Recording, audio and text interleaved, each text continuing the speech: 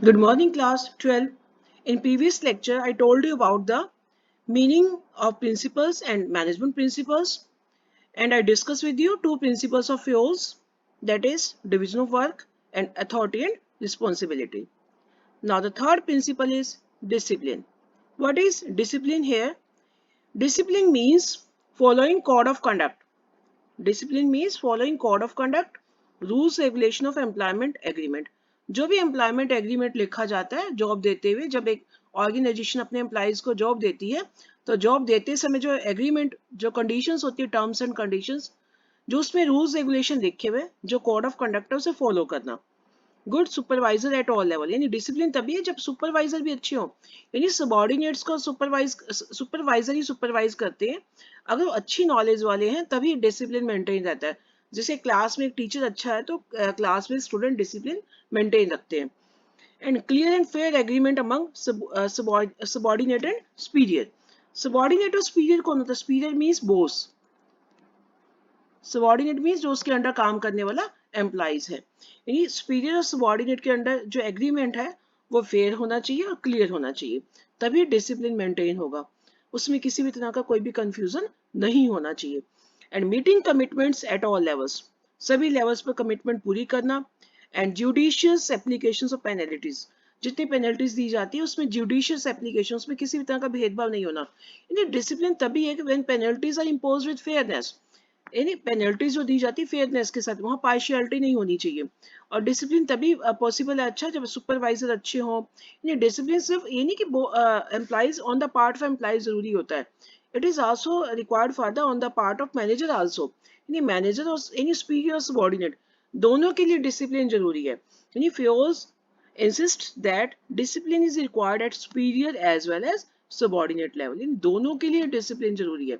The disciplinary rules shall not be applicable only on subordinates, but discipline requires good superiors at every level, clear and fair agreement between superior and subordinates, and judicious applications of penalties. जो already I discussed with you कि तभी possible है जब superior subordinate में clear and fair agreement है, और जो penalties को जितनी भी penalties है, जो penalties दी जाती है उसको fairness के साथ apply किया जाता है.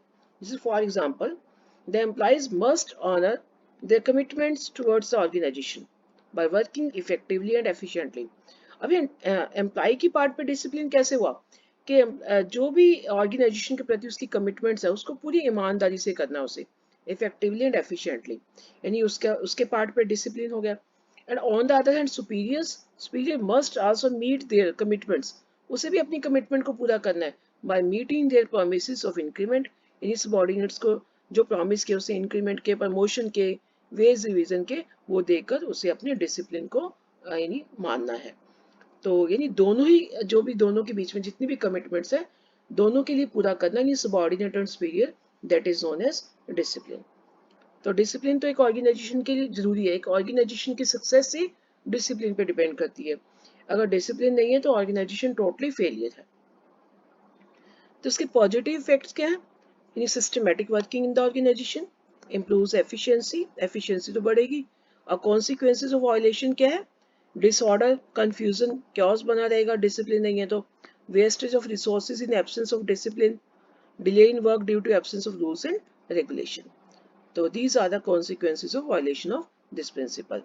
नाउ कीवर्ड्स के, अगर मान लो केस स्टडी आता है तो केस स्टडीज में कीवर्ड्स ही गिवन होते हैं. जहाँ रूल्स रेगुलेशन की बात आ जाए, following the code of conduct की बात आ जाए, मीटिंग ऑफ कमिटमेंट्स की बात आ जाए, चाहे सबऑर्डिनेट के द्वारा चाहे सुपीरियर के द्वारा, clear and fair agreement between superior and subordinates, and judicious applications of penalty. कोई भी इनमें से कोई वर्ड आता है, कीवर्ड्स, मतलब कीवर्ड्स का मतलब क्या होता है कि जब आपके पास एक केस स्टडी दिया उनमें इन वर्ड्स को यूज किया गया, तो इट मीन्स अगर आपसे पूछा जाता है कौन सा प्रिंसिपल है तो ये कौन सा होगा? डिसिप्लिन. तो इससे रिलेटेड एक केस स्टडी है, you will do yourself this case study. I will send you the PDF of this chapter. तो उसमें केस स्टडी आपको अपने आप सॉल्व करनी है. तो वैसे तो पता ही कि प्रिंसिपल कौन सा ही है, क्योंकि हम किसको डिस्कस कर रहे हैं? डिसिप्लिन को. तो डिसिप्लिन ही बनेगा यहाँ पर. बट एग्जाम में तो नहीं पता होता ना कि कौन सा प्रिंसिपल हमने डिस्कस किया है, तो उसके अकॉर्डिंगली आपको ये सारा पहले एंड में देखो पता लग गया प्रिंसिपल पूछा गया. अब 14 प्रिंसिपल्स है फ्योल के, उसमें से कौन सा है तो इसको रीड करके पता लग जाएगा. Now fourth principle is unity of command. कि यूनिटी ऑफ कमांड क्या है, यानी यूनिटी ऑफ कमांड यानी ऑर्डर एक ही बंदे से मिलना चाहिए, एक ही पर्सन से मिलना चाहिए। यानी according to this principle an employee should receive orders from one boss, एक ही बॉस से मिलना चाहिए, that is superior, and should be accountable to one superior only. यानी किसी भी सबॉर्डिनेट को यानी काम करने वाले को जो ऑर्डर मिलते हैं वो एक ही बॉस से मिले, वो उसी के प्रति उसकी अकाउंटेबिलिटी, अकाउंटेबिलिटी होता है आंसरेबिलिटी होनी चाहिए। Because if he is receiving orders from more than one boss, अगर एक से ज्यादा बॉस से उसको ऑर्डर मिल रहा है, then he will get confused, वो कंफ्यूज हो जाएगा। अगर एक से ज्यादा लोगों से ऑर्डर मिल रहा है, एक से ज्यादा बॉस से ऑर्डर मिल रहा है, तो वो कंफ्यूज हो जाएगा and will not be able to understand the whole whose order must be executed first. अगर दो बॉसेस ऑर्डर दे रहे हैं तो कंफ्यूज हो जाएगा किसके ऑर्डर को माने पहले, किसको ना माने। तो यानी ऑर्डर हमेशा एक ही हेड से मिलना चाहिए और उसी के प्रति वो अकाउंटेबल होना चाहिए। If employee of production department is asked, उसको ये कहा गया to go slow in production, कहते प्रोडक्शन धीरे धीरे करो, क्यों, to maintain quality standard by the production incharge. यानी प्रोडक्शन इंचार्ज ने क्या कहा, जो प्रोडक्शन डिपार्टमेंट में के एम्प्लॉइज को ये कहा गया कि तुम प्रोडक्शन धीरे करो ताकि क्वालिटी स्टैंडर्ड मेंटेन रहे। बट सेल्स इंचार्ज क्या कहता है, instructs the employee to fasten the production to meet the pending orders. वो कहते तेजी से करो भी प्रोडक्शन ताकि ऑर्डर पेंडिंग है जो पूरे किए जाए। अब एम्प्लॉय तो कंफ्यूज हो जाएंगे कि किसकी बात को माने और किसकी बात को ना माने। In this situation employees will get confused as to whose instructions must be followed by him, किसकी बात को माने, किसके इंस्ट्रक्शन को माने। यानी ऑर्डर हमेशा एक ही पर्सन से मिलना चाहिए, उसी के प्रति सबॉर्डिनेट को अकाउंटेबल होना चाहिए। Suppose I am teaching you the business studies, कोई और टीचर बिजनेस स्टडीज पढ़ाता है, वो कहता है ये करो, मैं कहूँगी ये करो, तो यू विल गेट कंफ्यूज। तो ऑर्डर हमेशा और अकाउंटेबिलिटी एक बॉस के प्रति ही होनी चाहिए। तो इसके पॉजिटिव इफेक्ट क्या है, no confusion in the mind of subordinate. Unity of command से क्या होगा, कंफ्यूजन ही रहेगा। No ego clashes, ego clashes किस में होगा, बॉसेस में। अगर दो बॉसेस होंगे तो क्या चाहेंगे, सुपीरियर दोनों चाहेंगे उनकी बात को माना जाए। And improves effectiveness in working, यानी कहने का मतलब ये है कि यूनिटी ऑफ कमांड से एक तो एम्प्लॉइज के जो सबॉर्डिनेट है उनमें कंफ्यूजन नहीं रहता उनके माइंड में, और बॉसेस में भी क्लैशेस नहीं रहते, ईगो क्लैशेस नहीं रहते, और improve effectiveness in the working. And इसके वॉयलेटिंग इफेक्ट क्या है, इस प्रिंसिपल को फॉलो करने के ना करने के, confusion in mind of employees, वही रिवर्स ले लो, ईगो क्लैशेस बढ़ जाएंगे बॉसेस में, और subordinate will get chance to escape from his responsibilities by giving excuses. एक अच्छा पॉइंट ये भी आ गया। अब क्या है कि दो बॉस, अगर दो या तीन बॉस से उसको ऑर्डर मिलता है तो एक्सक्यूज देगा, इसको कहेगा मैं उसका काम कर रहा था, उसको कहेगा मैं उसका काम कर रहा हूँ, तो इस तरह से वो भी एक्सक्यूजेस का जो चांस बनता है उसका वो भी खत्म हो जाएगा। And difficulty in maintaining discipline in the organisation, तो और क्या होगा, जो डिसिप्लिन बनाने में भी डिफिकल्टी रहेगी अगर यूनिटी ऑफ कमांड नहीं है। अगर जो यूनिटी ऑफ कमांड है तो प्रॉपर वे से स्मूथली काम चलेगा, नहीं है तो ये सारे इसके वायलेशन कॉन्सिक्वेंसेस के जो वायलेशन इफेक्ट है। तो इसकी कीवर्ड्स वही हो गया, order from one boss, unity of command, one boss confuse subordinate, more than one boss confusion बढ़ रहा है, कॉन्ट्राडिक्ट्स वही ईगो क्लैशेस हो गया। तो ये सारे किसके कीवर्ड्स है, यूनिटी ऑफ कमांड के। तो this is a case studies you have to do yourself. Now next is unity of direction. अभी थोड़ा सा उससे एडवांस है यूनिटी ऑफ कमांड में। यूनिटी ऑफ कमांड में था कि वन बॉस होना चाहिए, वन बॉस तो यहाँ पर भी होगा, बट यहाँ पर क्या है कि वन यूनिट भी होना चाहिए, वन प्लान भी होना चाहिए। यानी according to this principle one unit means one plan, यानी एक डिपार्टमेंट का अपना अलग प्लान होना चाहिए, एक ही प्लान होना चाहिए, बार बार प्लान चेंज नहीं होना चाहिए। That is the efforts of all the members and employees of the organisation must be directed towards one direction, यानी एक ही बार डायरेक्शन दो, उसी एक डायरेक्शन में सभी को काम करना है। That is the achievement of common goals. ये डायरेक्शन बार बार चेंज नहीं होनी चाहिए, यानी डायरेक्शन में भी यूनिटी होनी चाहिए, एक बॉस होना चाहिए और एक ही प्लान होना चाहिए। अगर बॉस एक है, बार बार अपनी प्लानिंग चेंज कर रहा है, बार बार डायरेक्शन चेंज कर रहा है, तो ये भी एक जो हार्मफुल कंडीशन बन जाती है। If this principle is applied it leads to coordination, इससे कोऑर्डिनेशन आती है, आपस में तालमेल बना रहता है।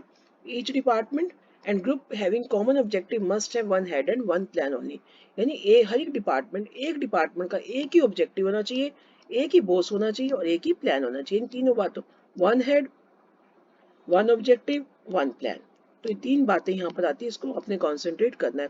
वैसे इसको सिंपल मैंने एक जो कोटेशन सी बनाई हुई है, जिसे अंकल एंड आंट, ये तीन वर्ड्स आप इसमें यूज कर सकते हो। जैसे uncle and aunt can not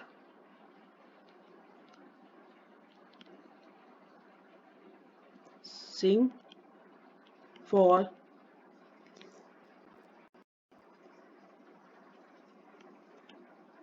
ever। तो यू यहाँ मतलब यूनिटी इन एक्शन, यानी इसमें एक एक्शन एक होना चाहिए। कोऑर्डिनेशन ऑफ स्ट्रेंथ,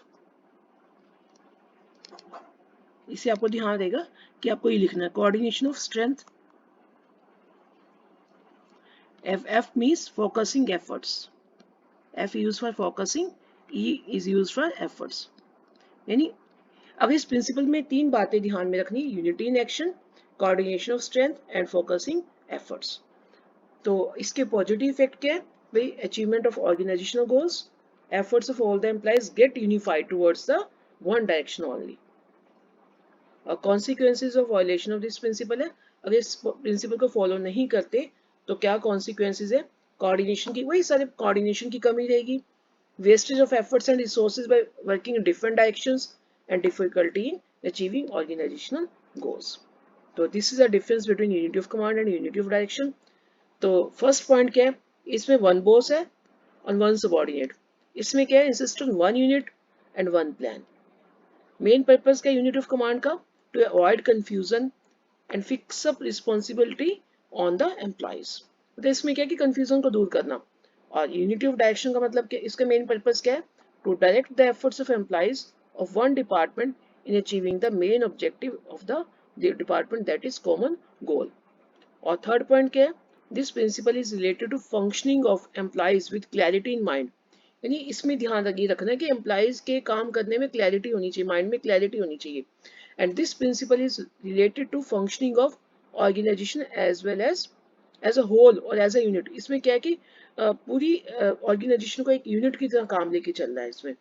तो this principle result in systematic working and improves efficiency by removing confusion and chaotic conditions, and this principle result in coordination of activities of different personnel।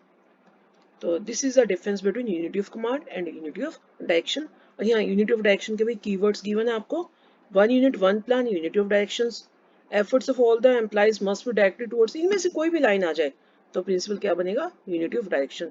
जैसे unification of efforts, मैंने अभी बोला था ना कि unification of efforts, अभी आपको ये स्टेटमेंट में मैंने आपको जो मैंने अपनी सेइंग लिखी है, uncle and aunt can not sing for ever, यानी unity in action, unification in action, coordination of strength और फोकसिंग ऑफ एफर्ट्स, इनमें से कोई भी तीनों में से कोई वर्ड आ जाता तो कौन सा प्रिंसिपल बनेगा, unity of direction, base of coordination concept. तो यहाँ केस स्टडी है यूनिटी ऑफ डायरेक्शन का, तो you have to solve this case study also. Today you have to write these three principles in your notebook, that is third कौन सा था, unity of command, third is discipline, fourth is unity of command, and fifth is unity of direction। Thank you and have a nice day।